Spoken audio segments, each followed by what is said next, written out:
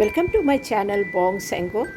আজকে প্রায় 1 বছর 8 মাস হয়ে গেল আমি আমার নিজের কোনো ভিডিও বা ফটো আপলোড করিনি। কারণটা তোমরা জানো, আমি অসুস্থ ছিলাম। তো আজকে একটা বিশেষ দিন, আমার ছেলের জন্মদিন। আর আজকের দিনটাও ভালো, আর আমিও মোটামুটি আমার শরীরটা একটু সুস্থ আছে, তাই ভাবলাম আজকে একটু রাজপুর বিপত্তারিণী মন্দির যেটা আছে সেখানে একটু মায়ের দর্শন করে আসি।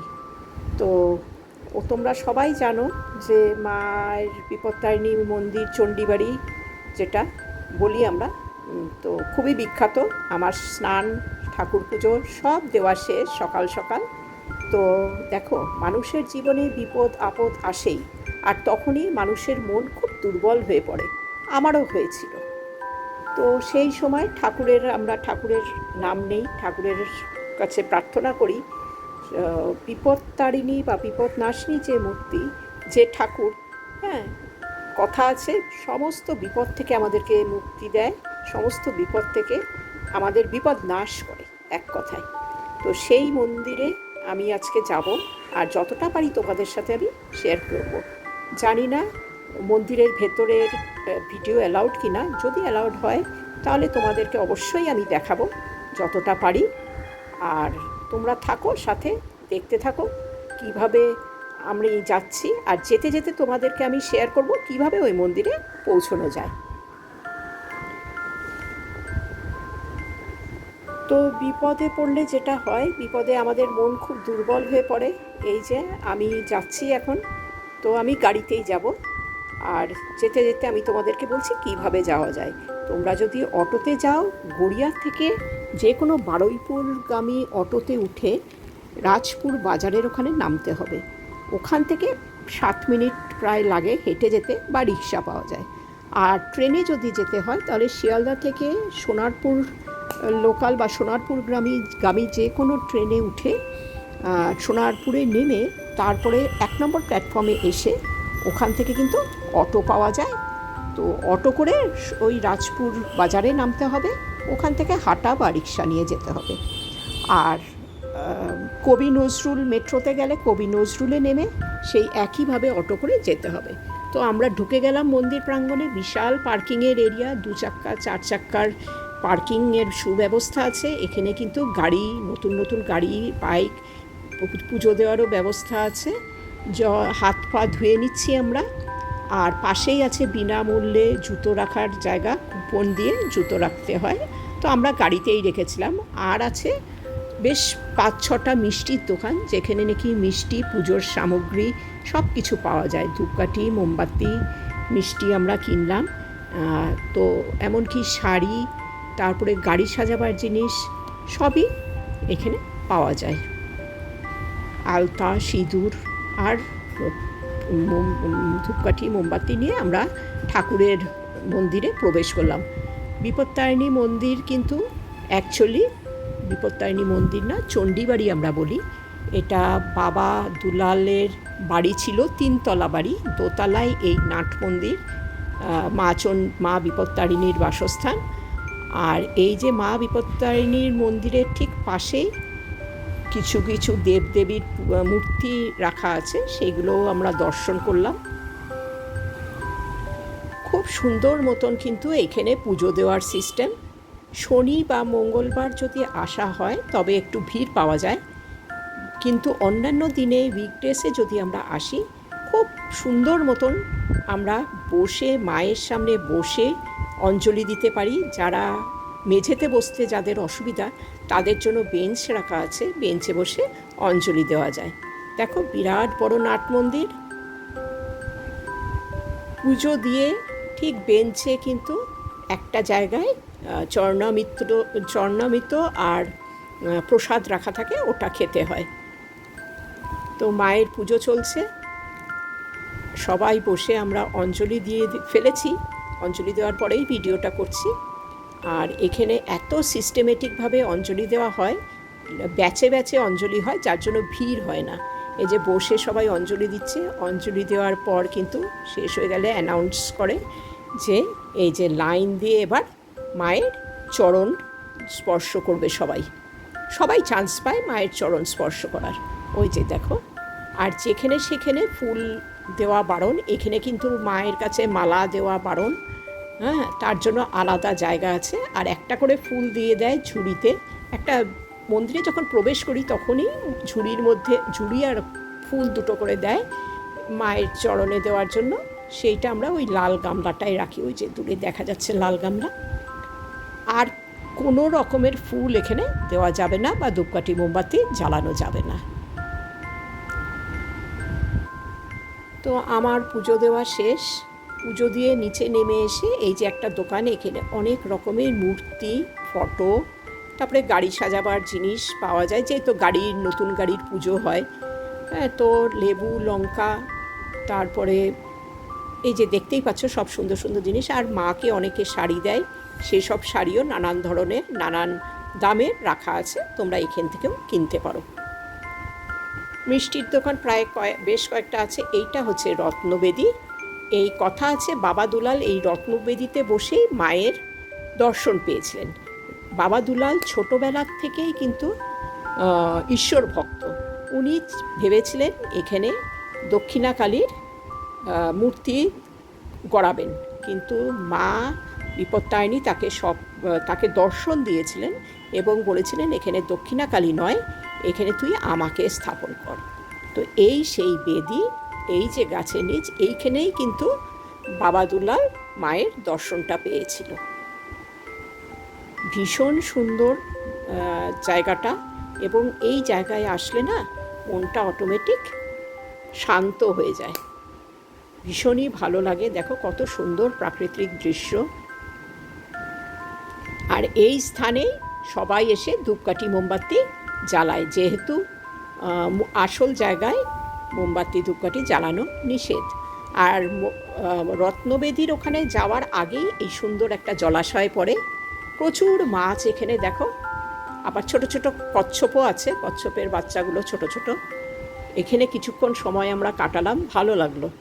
তো পুজো দেওয়া শেষ, এবার আমরা আরেকটা মন্দিরে যাচ্ছি, যেটা তোমাদের সাথে আমি শেয়ার করছি।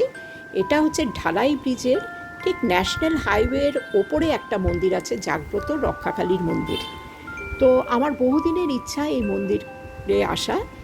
যেহেতু এটা ন্যাশনাল হাইওয়ের ওপরে, অনেকবার গভর্নমেন্ট চেষ্টা করেছে এই মন্দিরটাকে ভেঙে ফেলার, যেহেতু ন্যাশনাল হাইওয়ের ঠিক মাঝখানটায় পড়েছে, কিন্তু ওরা পারেনি। কিছু না কিছু একটা ঘটনা ঘটেছে, যার জন্য এটি মন্দিরকে জাগ্রত মন্দির বলা হয়, এবং এটাকে আর ভাঙা যাচ্ছে না। এই যে সেই মন্দির, এটা কনস্ট্রাকশন হচ্ছে, ওপরের দিকে আমরা গিয়ে দেখলাম। তো রাস্তাটা ক্রস করে আমরা এখন ওই মন্দিরে যাচ্ছি, এই আদি রক্ষাকালী মন্দির। আর এই যে সেই মা, এখানে মায়ের ফটো দিয়েই পুজো হয়। এই যে, আর এই যে লাল বেদি দেখছো, এইটা নিচে কিন্তু মাটি আছে, মাটির বেদি, বহু বহু বহু বছর পুরনো মাটির বেদিতে এটা স্থাপন করা হয়েছিল। সেই মাটির বেদি ওরা সরাই নিয়ে ওটার ওপরে লাল প্লাস্টার দিয়ে রেখেছে, লাল সিমেন্ট দিয়ে রেখেছে।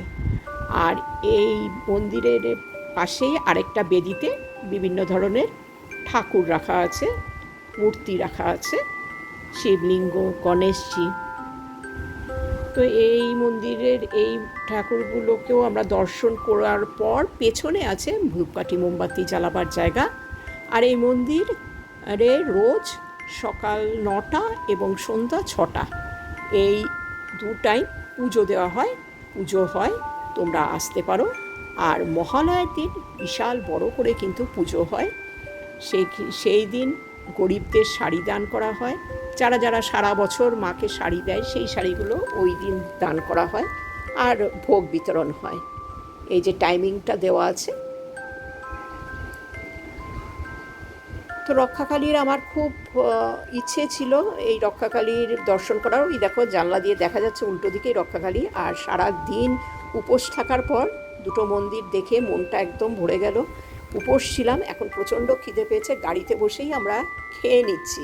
তো ওরা খাচ্ছে ধোকলা, আমার প্রশান্ত ভাই দেখাচ্ছে সাথে চাটনি আছে, বৌদিও খাচ্ছে, সবারই প্রচণ্ড খিদে পেয়েছে। আর আমি তো বাইরের খাওয়া খাবো না, বৌদি আমার জন্য 2টো ডিম সেদ্ধ করে এনেছে, আমি সেটাই খাচ্ছি। তোমরা জানো আমি বাইরের খাওয়া খাই না। তো এইটা খাওয়ার পর না এই মন্দিরের ঠিক পাশেই রাস্তাটা ক্রস করে ওই দিকে গেলে অপোজিট সাইডে 3খানা বড় বড় নার্সারি আছে। এই যে সেই নার্সারি। তো আমরা মনে মনে প্ল্যান করে এসেছিলাম, বেরিয়েছি যখন, আর আমি তো সহজে বেরোই না আজকাল, তো বেরিয়েছি যখন নার্সারিগুলো ঘুরবো, আর নার্সারিতে যখন গেছি গাছ তো আমি কিনবই। তো আমি ব্যাগে করে 2টো কফি কাপ নিয়ে গেছিলাম। তোমরা তো জানো, আগের ভিডিওতে আমি বলেছিলাম যে আমি কফি কাপ কোনোদিনও ফেলি না। আমি ওখানে সাকুলেন্ট বা ক্যাকটাস এসব ছোটো ছোটো গাছ রাখি। তো এখান থেকে আমি সিলেক্ট করছি কোন গাছটা কিনবো বলে ঠিক করছি। তো আমি ভাবলাম যে ক্যাকটাসই নেই, কফি কাপে ক্যাকটাস বা সাকুলেন্টই ভালো লাগে। তো সাকুলেন্টের অনেক দাম, তো এর জন্য আমি ক্যাকটাসের দিকেই ঝুঁকলাম।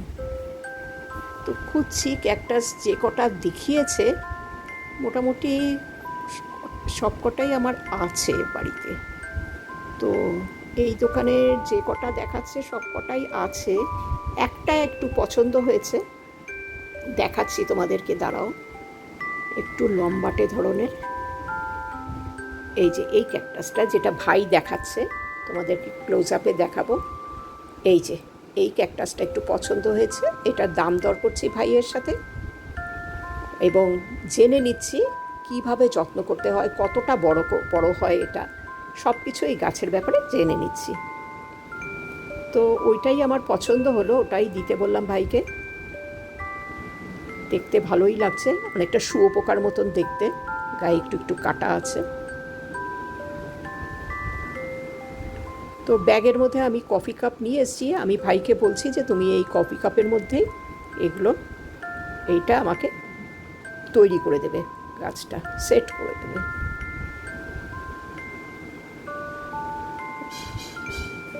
ভাই এটার যত্ন কিভাবে নিতে হয় সেটার কথা বলছে। তো পছন্দ হয়ে গেছে। এই যে কফি কাপটা বার করে আমি ভাইকে দিচ্ছি, এই সেই কফি কাপ। এটার মধ্যে ভাইকে বললাম সব মাটি বালি আর যা যা লাগে সব দিয়ে গাছটা পুঁতে দিতে। তো আমি বলেছিলাম কাপটার পেছনে একটু যদি হোল করে দিতে পারে, কিন্তু ভাই বলল না, এটাও পারবে না, কারণ ড্রিলিং মেশিন নেই, কাপটা ভেঙেও যাবে। তো আমি বললাম ঠিক। ভাই বললো যে অল্প অল্প জল দেবেন তাহলেই হবে। তো এটাতে আমি বলছি যে রেডি করে দাও আমাকে গাছটা। ভাইয়ের সাথে অনেক রকমের গল্প করে নিলাম। আমার এই সাদা ব্যাগে কিন্তু আরেকটা কফি কাপ আছে। আমার ভাই রথমের মেলার থেকে আরেকটা ক্যাকটাস কিনে এনে দিয়েছিল, সেই ক্যাকটাসটা আমি লাগাবো ওই কফি কাপে, কিন্তু আমি ভিডিওটা করতে ভুলে গেছি। এটা নেক্সট আরেকটা নার্সারিতে এসেছি, আর ওই যে সাদা টপটা দেখতে পাচ্ছ, ওই সাদা টপের ওই ক্যাকটাসটা আমি কিনে আমার আরেকটা কফি কাপে আমি লাগিয়েছি।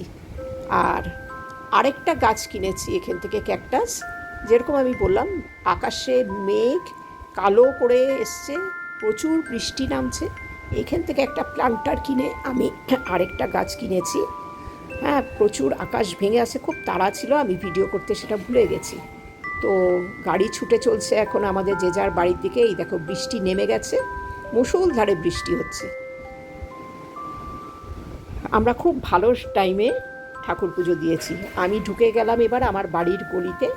তো ভিডিওটা আর বেশি বড় করব না, খুব মনটা ভরে গেল জানো আমার এই পুজো দুটো দিয়ে।